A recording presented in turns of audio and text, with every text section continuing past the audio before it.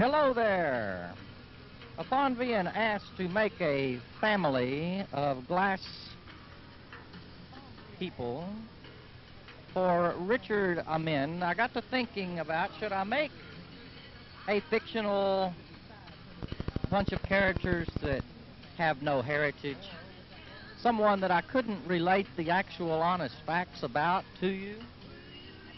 Or, better yet, should I make somebody that I know well, a family that I'm familiar with, one that I could speak of from the personal knowledge that I have of knowing them well? I decided, of course, that the latter would be better.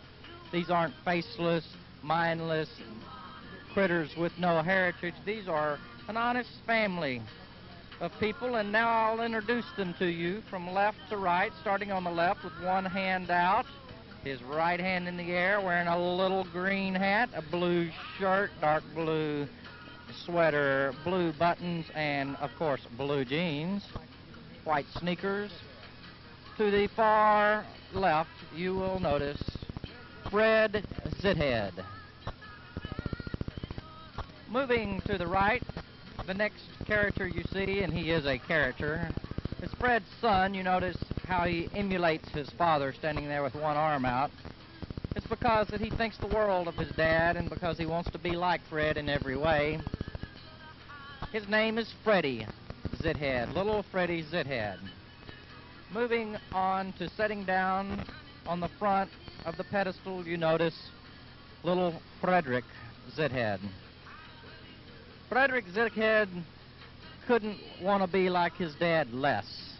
This boy doesn't even like being a Zithead, hence the reason that he is sitting away from the rest of the family, kind of pouting with his head in with his chin in his hands, which is the way he normally posed for pictures and for sculptures. More on him later, but behind him and a little to the right is Zelia Zithead. This, of course, is Fred's wife and the mother of both Freddie and Frederick. There's a world of neat things to talk about Zelia.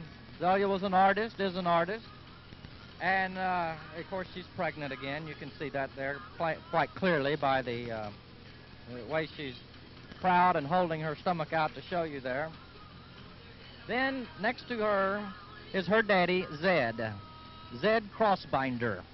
Now, Zed Crossbinder is a most unusual character. He's about 80 years old, and they all grew up and lived their entire lives on Pimpley Creek in Nebraska, and that's actually the name of the little town, Pimpley Creek, Nebraska.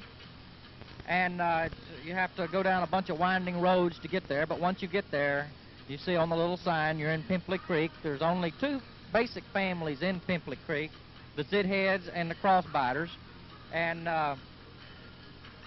they went back there for hundreds of years, and the truth is that the Zitheads and the Crossbiters don't really get along. They didn't anyway. They didn't like each other.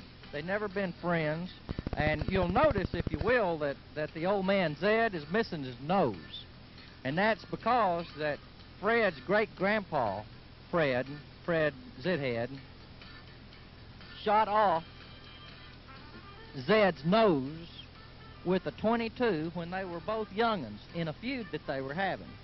And this created quite a sore spot, not only on the nose of Zed Crossbiter, but also between the two families. And it was difficult to get over this.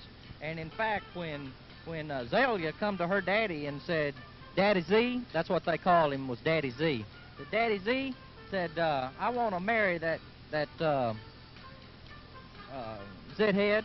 I want to marry Fred Zithead.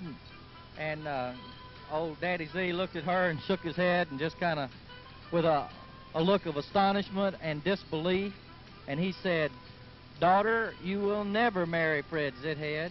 We don't associate with the Zitheads. We don't like the Zitheads. They live over on their side of Pimpley Creek, and we live on ours, and we're going to keep it that way.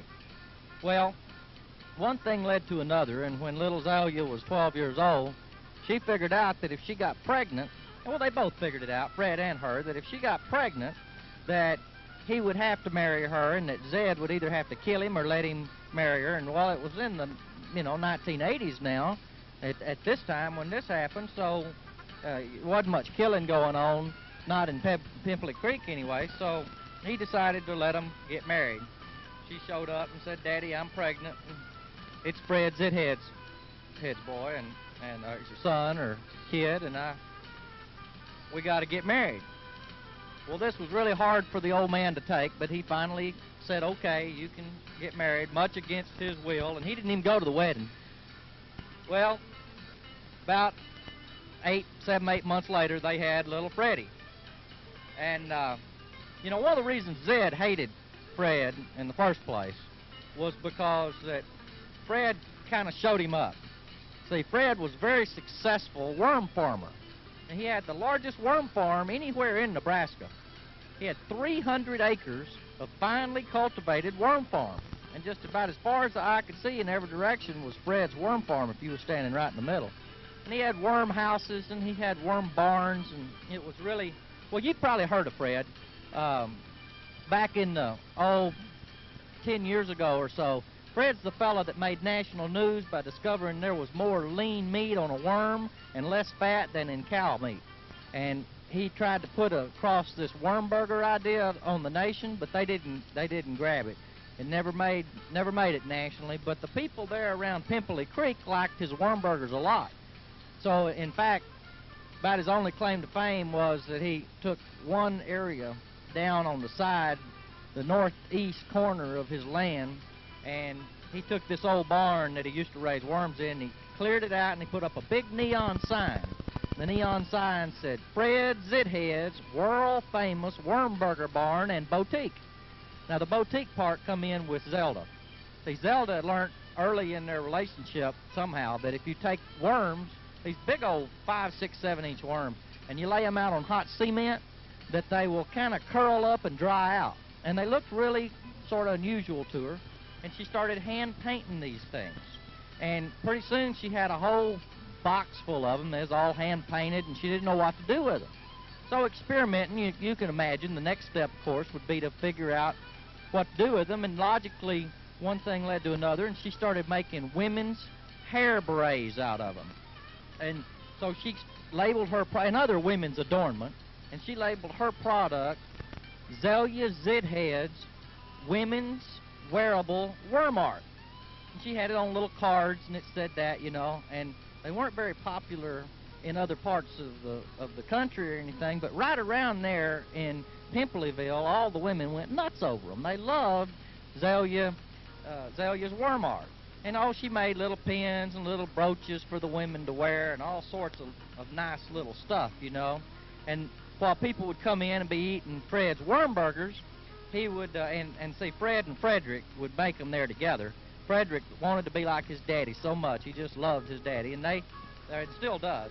And they would make these worm burgers, and then while they were waiting for them to get ready, well, they could shop with Zelia, and they could pick out whatever beret or whatever, and they'd always come for Christmas and Mother's Day and Valentine's Day to get something special for their sweetie or their daughter, And some of her, Zelia's wonderful worm art, Well, Zelia had all kind of unusual little practices anyway. When she was a kid, she used to go out and she would bring everybody's trash home. Not food trash, but just things they'd put out, like old chairs and old lamps and stuff.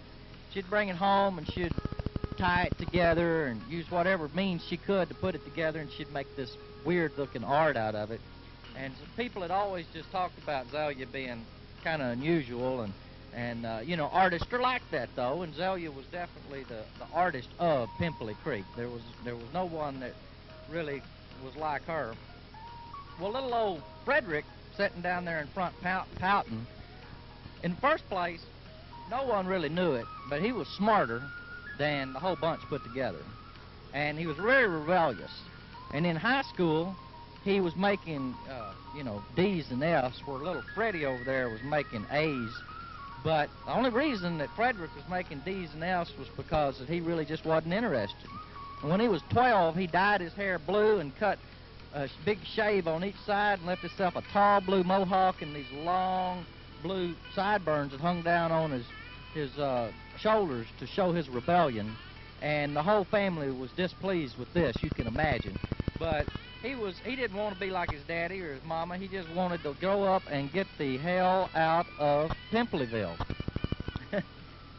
Get off Pimpley River, you know. So, and see, it's kind of unusual that in Fred's family, Fred Zithead, Daddy Fred, there was only boys born. For as far back as I can remember, there was never a girl born into the family. They had to marry to have kids, of course, but there was never a girl born. And somewhere 150, 200 years ago, they started naming all their boys either Fred, Frederick, or Freddie. And so it was just a whole family of Freds, Fredericks, and Freddies. You know, it really made no sense, but it's the way it was, you know, and it got real confusing at family reunions. And this bothered Zed to no end. It bothered Zed Crossbiter. He thought the whole thing was silly from the very beginning. Well, as you can see here, Zelda is pregnant, as I mentioned earlier. And they're sure it's going to be a girl this time, and the whole family's on both sides very excited. I know you got to be wondering how they're sure. If, you know, out there in Nebraska, they don't have sonograms and stuff. So, but they do have this very reliable means of telling whether or not it's going to be a boy or girl. It's kind of a family tradition. What they do is that in the 4th month of pregnancy, the mama lays on her back underneath an arched doorway, and they take and hang a thread from the center of the arched doorway down, and about a foot above her belly, they tie, or they don't tie, but they, you know, thread through a needle. And in the end of that needle, they put a pencil eraser with this pencil dangling down, and then the lead from the pencil hangs about a 1/4 inch above her stomach. And then all the members of the family, sometimes 8, 10, or 12 of them, they get down on their hands and knees all around her, and they blow on that as hard as they can on that pencil, and it gets to spinning one way or the other. And if it goes clockwise, it's going to be a boy. If it goes counterclockwise, it's going to be a girl. Well, always before, it always went clockwise, and it's always been a boy.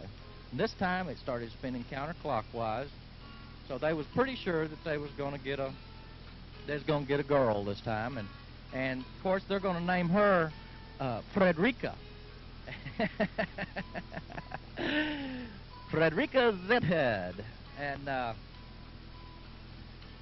you know, and I'll admit, like, I've known this group for quite a while, and I will admit to you that they are an unusual bunch of people.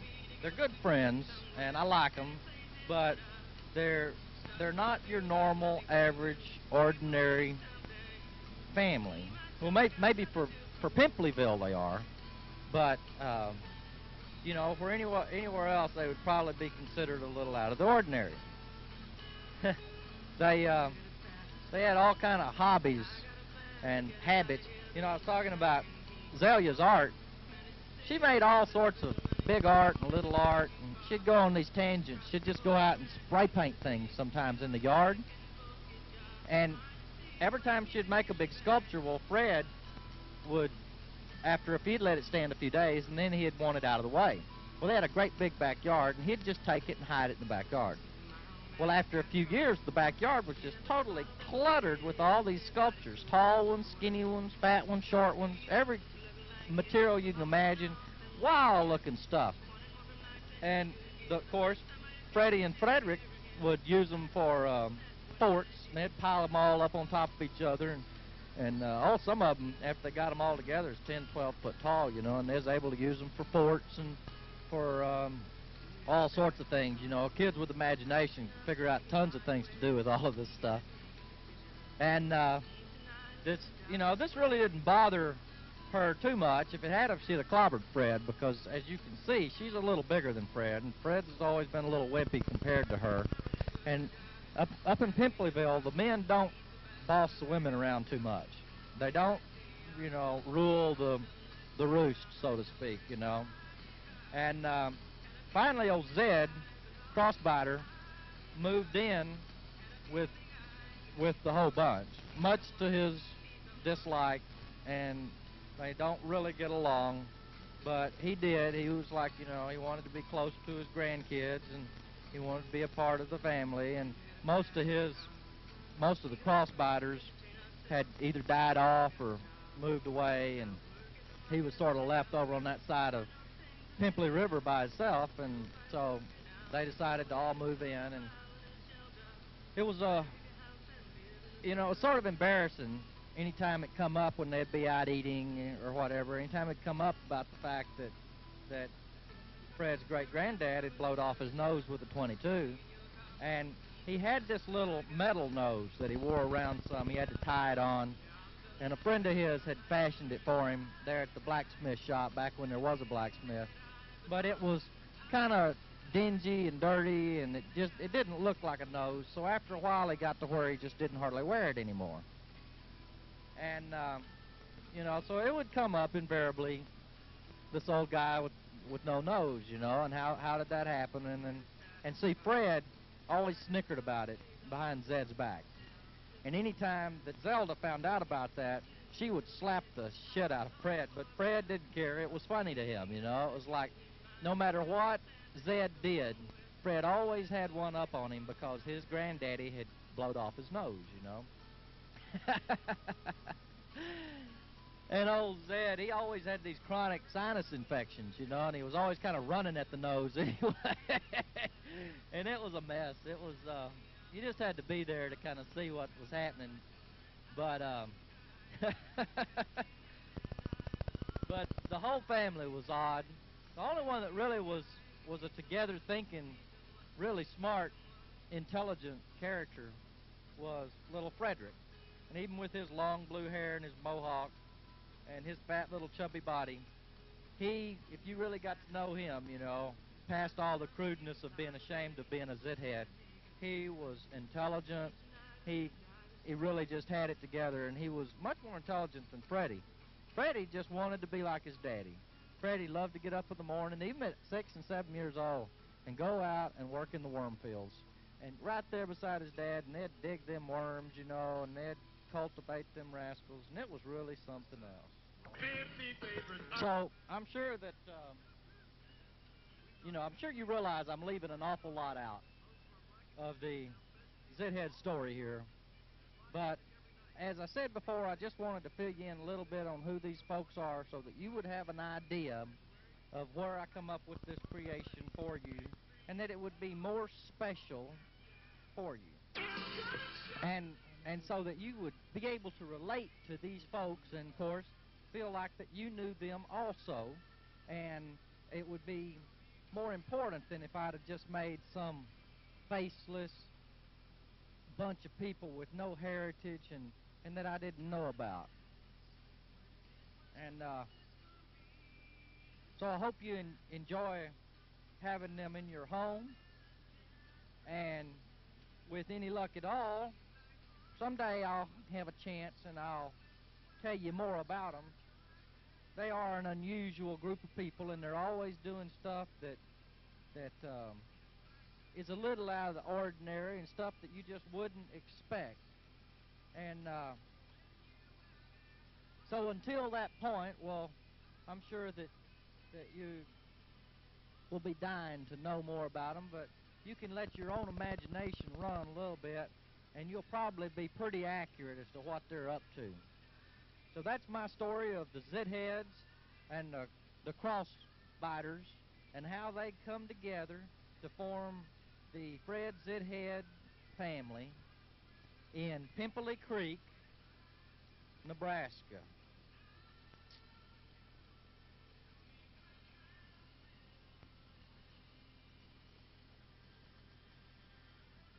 Oh yeah, and if you ever want any of Zelda's wonderful women's wearable worm art, well, I have their address, and she is mail ordering it now, and pretty soon is hoping to go nationwide with it. And I'll be happy to forward that on to you so that you can, or you can just order it directly through me. I'm considering becoming a rep for her. It's such an unusual product.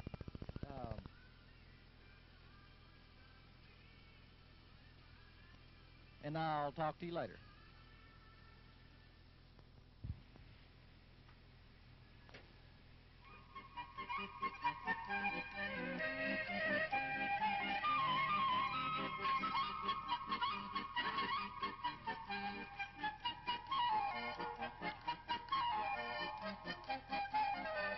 Big Earl was standing on the street corner with his hands in his overall pocket. His big belly was hanging out of the sides of his clothes, and he was smoking a cigar and watching the people walk by. His appearance was truly grotesque. His face was scarred from God only knows what, probably old zit marks, and his balding forehead was blistering in the hot sun. The front of his overalls around his crotch was bulging, and it was obvious that he was holding his penis under his pants. A sort of sickly grin was glued to his deformed face, and upon first glance, one might think him to be a mentally deranged individual, but the truth was anything but that, and known only to him and I.